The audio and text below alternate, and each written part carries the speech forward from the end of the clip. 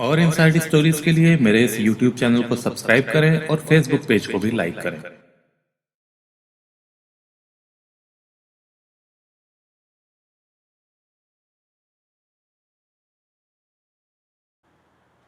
इस कहानी की शुरुआत 2015 में दरौला मेरठ निवासी नरेन नाम के व्यक्ति की हत्या से होती है। नरेन की हत्या उस साल गन्ना समिति के चुनाव के दौरान हुई थी, जब पूर्व ब्लॉक प्रमुख राहुल देव और पूर्व प्रधान ब्रजवीर के लोगों के बीच ताबड़तोड़ गोलीबारी हुई थी। इस गोलीबारी में राहुल देव के साथी नरेंद्र की तत्काल मृत्यु हो गई थी, जिसके बाद नरेंद्र के भाई वीरेंद्र और राहुल देव की गवाही पर ब्रजवीर चौधरी उर्फ मुन्नू, इसके भतीजे राजीव और एक और व्यक्ति प्रदीप को जेल में डाल दिया गया था। मामले की तगड़ी चार्जशीट होने की वजह से ब्रजवीर का जेल से बाहर आना मुश्किल होता जा रहा था। ब्रजवीर चौधरी की पत्नी पूनम चौधरी पूर्व जिला पंचायत अध्यक्ष है। ब्रजवीर और पूनम का एक लड़का और एक लड़की है। लड़के का नाम प्रशांत चौधरी है और उसकी पत्नी भावना चौधरी। इसकी बेटी का नाम एकता उर्फ बुलबुल और पति का नाम सोहन उर्फ बलवीर सिंह है। ब्रजवीर के जेल में जाने के बाद से इन लोगों की लाख कोशिशों के बाद भी कोई समाधान नजर नहीं आ रहा था, मगर इस कहानी में अगला मोड़ तब आ गया जब इस परिवार पर अचानक एक हमला हुआ। 26 दिसंबर 2015 की रात इनके पल्लवपुरम फेज 2 निवास में, जहां की ब्रजवीर के अलावा पूरा परिवार उस समय मौजूद था, कुछ सुपारी शूटरों ने अचानक गोलीबारी शुरू कर दी, जिसमें प्रशांत की पत्नी भावना की तत्काल मृत्यु हो गई थी, जबकि प्रशांत के हाथ में एक गोली लगी थी। प्रशांत की हालत गंभीर थी, मगर होश में आने के बाद उसने बताया कि वो उस रात भावना और अपने 4 महीने के बेटे के साथ घर से बाहर खाना खाने गए थे और जब वो लौटकर वापस घर में घुसा, वैसे ही अचानक कुछ लोग आए और गोलियां बरसाने लगे। जब भावना ने शोर मचाने की कोशिश की तो इन्हीं में से एक ने उसका भी मुंह बंद कर दिया।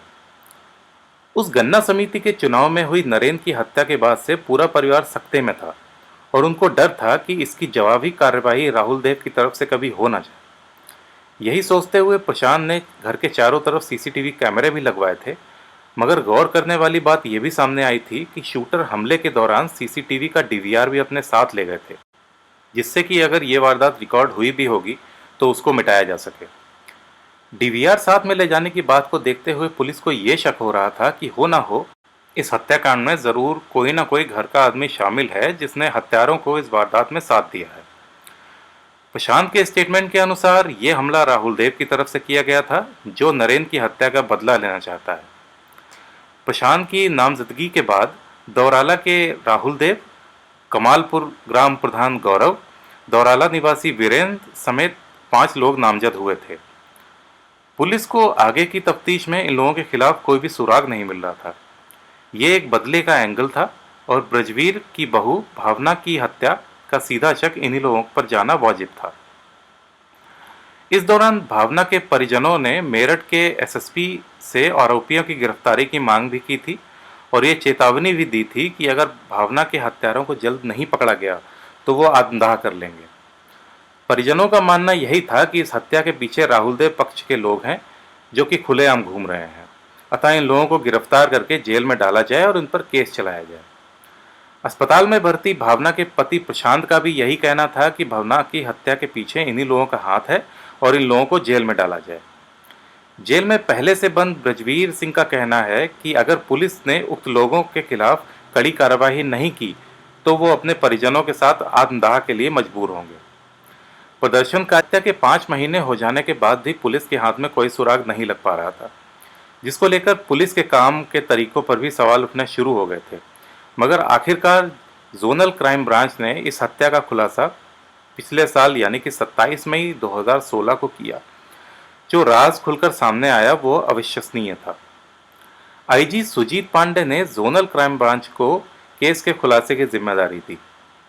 पुलिस सूत्रों के अनुसार जोनल क्राइम ब्रांच ने घटना से संबंधित जानकारी हासिल कर अपना काम शुरू कर दिया, जिसके बाद जोनल क्राइम ब्रांच ने मेरठ क्राइम ब्रांच और थाना पल्लवपुरम की मदद से कुछ लोगों को उठाकर पूछताछ की।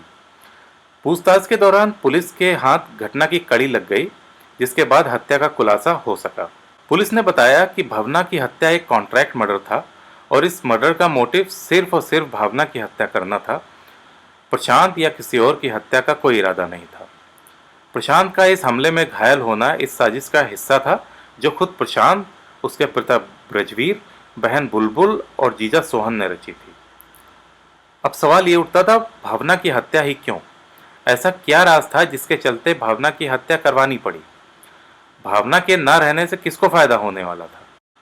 उस प्रेस कॉन्फ्रेंस में सभी के दिमाग में यही सवाल घूम रहे थे कि ब्रजवीर का हत्या की सजा में जेल में होना और भावना की हत्या, इन दोनों वारदातों में संबंध क्या है?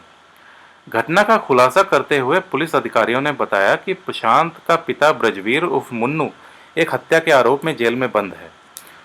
उसे जेल से बाहर निकलवाने के लिए प्रशांत ने अपने एक साथी गोपाल और जेल में बंद अपने पिता ब्रजवीर के साथ मिलकर एक योजना बनाई। योजना बनी कि भावना की हत्या सुपारी देकर कराने के बाद उसकी हत्या के आरोप में विपक्षी लोगों को फंसा दिया जाएगा। जब उनके नाम हत्या में आएंगे तो वो लोग समझौता का दबाव बनाएंगे, जिसके बाद समझौता कर ब्रजवीर जेल से बाहर आ जाएगा। पुलिस के अनुसार भावना की हत्या इसलिए की गई थी क्योंकि वो एक अनाथ थी और उसकी पैरवी के लिए उसके मायके से कोई आने वाला नहीं था। एसपी सिटी ओम प्रकाश ने बताया कि हत्या के लिए प्रशांत ने 6 लाख रुपए की सुपारी तय की थी। शूटरों से मुलाकात गोपाल और जमालपुर गांव के ही सुमित ने मसूरी निवासी गौरव और उसके साथियों से कराई थी। घटना के दिन तय योजना के अनुसार सुमित, गौरव, प्रवीण और गौरव का एक अन्य साथी गोपाल के साथ पल्लवपुरम में i20 कार से पहुंचे। उसके बाद तय योजना के अनुसार प्रशांत अपनी पत्नी भावना के साथ होटल में खाना खाने के लिए चला गया। होटल से वापस लौटकर जब प्रशांत अपनी पत्नी भावना के साथ घर पहुंचा, तभी शूटरों ने भावना पर गोली चला दी। गोली लगने से भावना की मौके पर ही मौत हो गई थी। किसी को शक ना हो इसलिए प्रशांत ने भी एक गोली अपने हाथ में लगवाई थी। पुलिस के अनुसार घटना की सूचना प्रशांत की बहन एकता ने कंट्रोल रूम को दी थी। जांच में एकता का हाथ भी घटना में शामिल पाया गया है। एकता ने घटना से पहले प्रशांत को फोन कर उसकी लोकेशन पता की थी। प्रशांत ने बताया था कि वह घर के लिए चल दिए हैं, जिसके बाद एकता ने शूटरों को अलर्ट कर दिया। एकता ने ही घर में लगे सीसीटीवी कैमरों का डीवीआर निकालकर बाहर रख दिया था, जिसे बाद में भावना की हत्या कर शूटर अपने साथ ले गए थे। पुलिस ने भावना के पति प्रशांत के अलावा प्रवीण निवासी हैदरपुर, सुमित निवासी जमालपुर, गोपाल निवासी जमालपुर को गिरफ्तार किया है। पुलिस ने इनके पास से 2 तमंचे, 4 कारतूस बरामद किए हैं।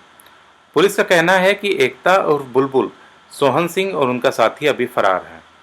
पुलिस ने उनकी भी जल्द ही गिरफ्तारी का वादा किया है।